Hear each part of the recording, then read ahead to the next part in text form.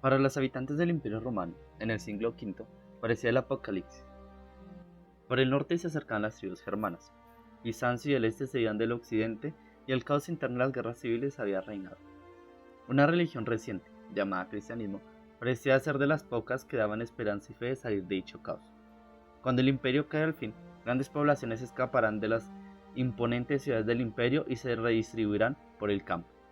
Ante el abandono de las autoridades romanas, sería la Iglesia, cada vez más fortalecida en Europa, la que llenaría el vacío de poder en Roma y se considere la auténtica heredera de Roma, dando inicio a la Edad Media y al mismo tiempo la implementación del feudalismo en la Europa occidental. Para iniciar, debemos aclarar que no existe un único feudalismo. Más bien, cada área de Europa tiene ciertas particularidades y diferencias de sus prácticas y características. Sin embargo, para términos del presente video, hablaremos de las generalidades del sistema feudal. El feudalismo fue un modo de producción dominado por la tierra y por la economía natural, es decir, la agricultura, en el que ni el trabajo ni los productos del trabajo eran mercancías. El productor inmediato, el campesino, está unido a los medios de producción, la tierra, por una relación social específica. Los campesinos que ocupaban y cultivaban la tierra no eran sus propietarios. La propiedad agrícola estaba controlada privadamente por una clase de señores feudales, que extraían un plus producto del campesinado por medio de relaciones de compulsión político-legales. Esa imposición económica, que tomaba la forma de prestaciones de trabajo, renta en especie u obligaciones del campesino hacia su señor feudal, se relaciona también en la propiedad de la tierra y de las parcelas cultivadas. Su resultado necesario era una combinación de poder jurídico y leyes de explotación económica con autoridad política. El monarca era un soberano feudal de sus vasallos, a quien estaba ligado por vínculos recíprocos de fidelidad, y no un soberano supremo situado por encima de sus súbditos.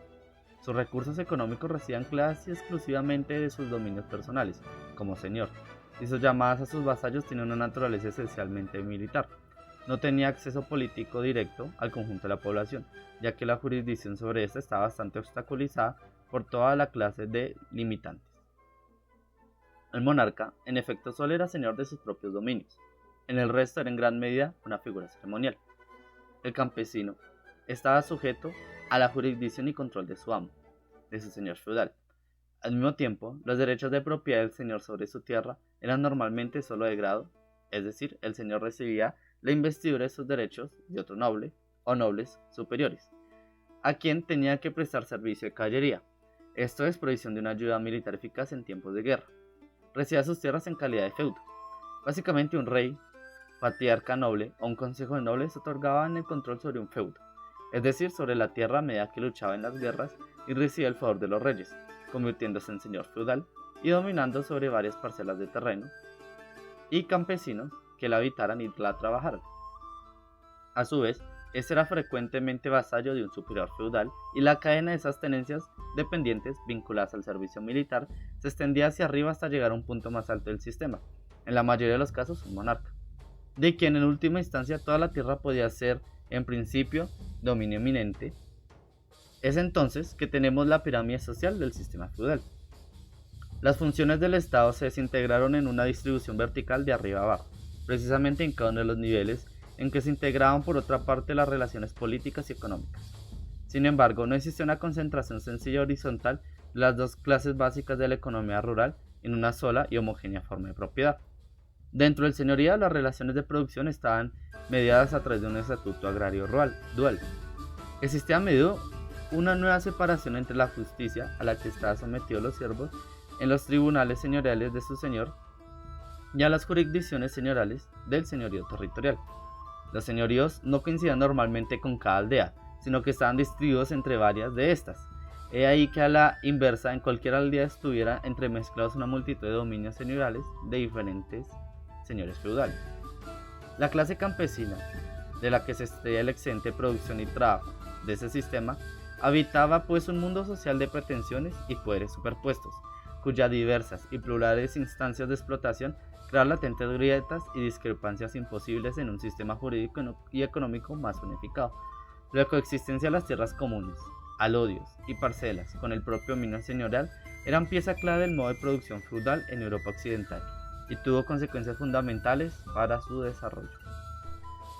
La supervivencia de las tierras comunales de las aldeas y de los campesinos, los cuales provenían de tiempos atrás de la imposición del sistema feudal. Aunque la producción comunitaria no era generada por el feudalismo, tampoco era incompatible con él, ya que pues la división feudal de soberanías en zonas particularistas con fronteras superpuestas y sin ningún centro de competencia universal siempre permitía la existencia de entidades corporativas externas de sus parcelas o zonas de feudo. Así que, aunque la clase feudal intentara de una vez en cuando imponer la norma de control total sobre ciertas áreas, terrenos o zonas de un reino, en la práctica nunca lo consiguió en ninguna formación social feudal, en las tierras comunales como las dehesas, prados y bosques, y los alodios dispersos siempre fueron un sector importante en la autonomía y en la resistencia campesina, con decisivas consecuencias para la productividad agraria total. La parcelación de soberanías produjo en Europa Occidental el fenómeno de la sociedad medieval. El modo de producción feudal fue el primero que le permitió un desarrollo autónomo en el marco de una economía natural agraria. Pese a esto, es un hecho de que las mayores ciudades medievales nunca pudieran rivalizar en magnitud con las de los imperios. La oposición dinámica entre ciudad y campo solo fue posible en el modo de producción feudal, oposición entre una economía urbana de creciente intercambio mercantil controlada por mercaderes y organizada en gremios y corporaciones, y una economía rural de intercambio natural, controlada por nobles y organizada en señoríos y parcelas, con enclaves campesinos comunales e individuales. El modelo puro de este sistema, en el que el poder político estaba estratificado hacia abajo, de tal forma que su cima no conservaba ninguna autoridad cualitativamente distinta, nunca existió realmente en Europa medieval, porque la falta de un mecanismo realmente integrador en lo más alto del sistema feudal, exigido por este tipo del sistema político, suponía una amenaza permanente a su estabilidad y supervivencia. El modo de producción feudal de Occidente especificó, pues, desde su origen, la soberanía hasta cierto punto. Esta existió siempre en un ámbito ideológico y jurídico, situado más allá del de aquellas relaciones vasallásticas, y aun cuando existía ciertos niveles de subordinación entre integrantes de la pirámide feudal sobre los señores feudales, que poseían los derechos a los que estos últimos no podían aspirar. El modo de producción feudal de Occidente se caracterizó pues desde su origen y en su misma estructura por una tensión y contradicción dinámica dentro del estado centrífugo que produjo y reprodujo orgánicamente. A finales del siglo XIII, Europa Occidental y buena parte de la periferia habían llegado al límite de la expansión y el crecimiento ininterrumpido que habría que especificar, no obstante, a niveles regionales.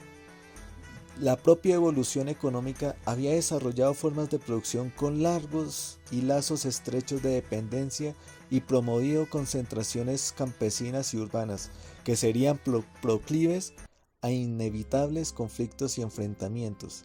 En el campo, sin embargo, la brecha abierta entre campesinos y señores se fue haciendo cada vez más profunda, y se dieron una serie de cambios sociales desde el siglo XIII motivados por el progreso de las técnicas, perceptible en la multiplicación de molinos y arados, diferenciación de cultivos y extensión de una rotación regular.